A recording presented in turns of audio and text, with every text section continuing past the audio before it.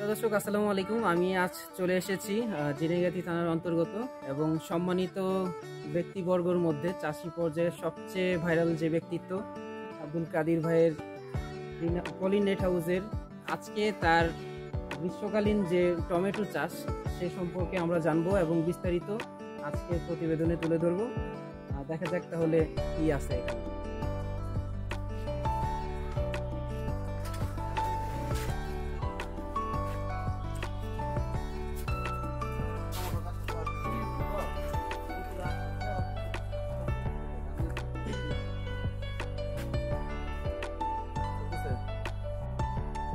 সর্বশেষ আমরা নেট হাউসের নিচে আছি এবং তার ফলন দেখে মানে আমি খুব অবাক যে এত সুন্দর শেপের ভিতরে এত সুন্দর ফলন।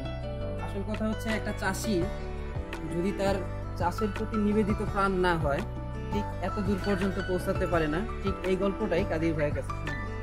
হঠাৎ করে আপনার এরকম আশা মানে স্বপ্ন জাগলো করলো যে আমি এটার ভিতরে টমেটো করবো। বিষয় হচ্ছে আপনার গ্রিন হাউসটা সরকার থেকে আমাদের প্রায় 22 লাখ 24 লাখ টাকা বাস্তবায়ন করে খরচ করে এটা বানাই দিচ্ছে আমাদের। এত দামে একটা জিনিসের মধ্যে যদি উচ্চ ফলনশীল কোনো সবজি না চাষ না এবং আগাম উচ্চ ফলনশীল বলতে আগাম সবজি চাষ যদি না করে তাহলে এটা আসলে হয় না, মানে এটা এত খরচ দিয়ে করে হয় না। তো এর আগেও আমি মাল্টি স্টার স্যান্ডেল শসা চাষ করেছিলাম খুব উচ্চ মূল্যের। তো এবার আমি টমেটো যে আগাম টমেটো বাংলাদেশ কৃষি গবেষণা নতুন জাত গ্রীষ্মকালীন টমেটো বাড়িয়ে এটা চাষ করছি। গাছের বয়স আজকে 29-30 দিনের মতো। কিছু কিছু গাছের ফল সেট হচ্ছে আপনার, কিছু গাছের ফল সেট হচ্ছে। তো এই যে ফল সেট হচ্ছে এরকম প্রায় কিছু কিছু গাছে ফলের সেট হচ্ছে আর কি।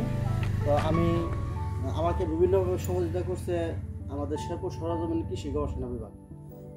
তাদের আরও একটি জাতি আমি কাজ করতেছি, সেটা হচ্ছে গ্রীষ্মকালীন সিমবাড়ি 7। আমি প্রায় 2 মাস থেকে বিক্রি করতেছি 200 টাকা কেজি ধরে।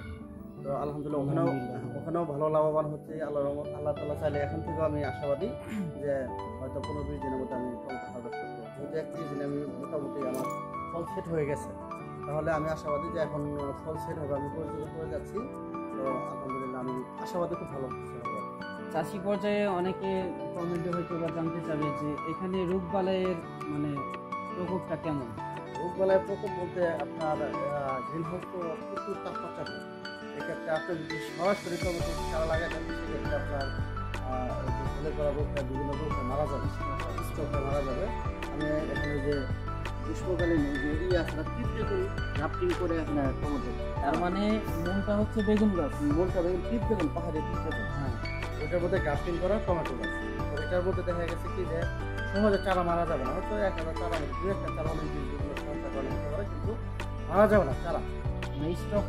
স্টক রোগটা হবে না, ওগুলো ঢলে পড়া রোগটা হবে। এটা হচ্ছে পাহাড়ি যে আমরা অলরেডি দেখতে পাচ্ছি যে ইয়েলো পাত এই পর্যায়ে এটা ব্যবহার করার কারণে হচ্ছে আপনার পোকা আছে।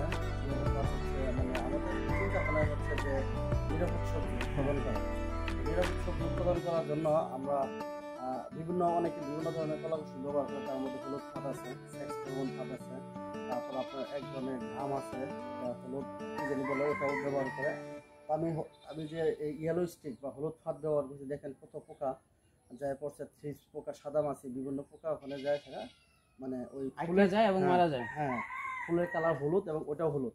তো ওই হলুদ আকৃষ্ট হয়ে সব ধরনের পোকা ওখানে চলে যায়। হ্যাঁ, পোকা মনে করে যে এটা মনে হয় ফুল থেকে ফলে পরিণত হইতেছে, ওখানে যাওয়ার পরে ধরা পড়ে। হ্যাঁ, এখানে দেখেন কি পরিমাণ পোকা, আমি দিচ্ছি 3-4 দিন ধরে, দেখেন কি পরিমাণ পোকা, যেটা দর্শক দেখেন কি সুন্দর পোকা এবং খুব বুদ্ধিমান একটা। এটার খরচ কত করে ভাই? এটা আসলে আমার এখানে টোটাল 400 টাকার মতো লাগছে। আমি আর 4টা আনছিলাম, না সরি, হ্যাঁ 6টা আনছি। 6টা আপনার 300 টাকা নিচ্ছে। এটা 6 টাকা আমি কেটে 2 ভাগ করে 12টা বানাইছি। ও আচ্ছা, এটা অনেক বড় পেপার থাকে। হ্যাঁ, এটা সেই ক্ষেত্রে তো কৃষকের তাহলে খুব সহজ। তো এই ছিল আজকের প্রতিবেদনে এবং এই পর্যায়ে শুনবো যে তার এখান থেকে কত টাকা খরচ এবং কত টাকা লাভ হবে এই ব্যাপারে। তো আপনি কেমন আশা করতেছেন এখান থেকে প্রফিটটা কেমন হবে? প্রফিট আল্লাহ তাআলা যদি মনে করেন যে ফলন আসে, এটা আগাম বলা যাচ্ছে না, তবে খুব ভালো হবে এটা আমি বিশ্বাস করি। আল্লাহ তাআলা যদি সুস্থভাবে ফলন যেহেতু আসা শুরু হয়েছে, এরকমভাবে যদি ফলন আসে, প্রত্যেকটা গাছে ফলন আসে, তো এখন বর্তমান বাজারে 150 টাকা কেজি, 150 টাকা 160 টাকা কেজি বিক্রি হচ্ছে পাইকারি। তো আমি আশাবাদী যে অনেক ভালো কিছু হবে আর কি। তো এখানে এখানে খরচ গাছের হচ্ছে, সংখ্যা কত তাহলে? গাছের সংখ্যা আছে আমার টোটাল গাছ হচ্ছে 1000। আমাকে এটা সার্বিক সহযোগিতা করছে শেরপুর সরজমিন কৃষি গবেষণা বিভাগ। এখানে ওনারা চারা ব্যবস্থা করেছে, ওনারা চারা কিনে দিচ্ছে সম্পূর্ণভাবে। আর জাস্ট খেলে আমি শুধু বিভিন্ন এই, রাসায়নিক সার, জৈব সার এগুলো দিয়ে মাটি শোধন করে আমি লাগাই দিচ্ছি। আমার আচ্ছা, মাচা বাবদ okay. কিছু খরচ হচ্ছে, কিছু কীটনাশক, কিছু সার, এগুলো বাবদ কিছু খরচ হচ্ছে।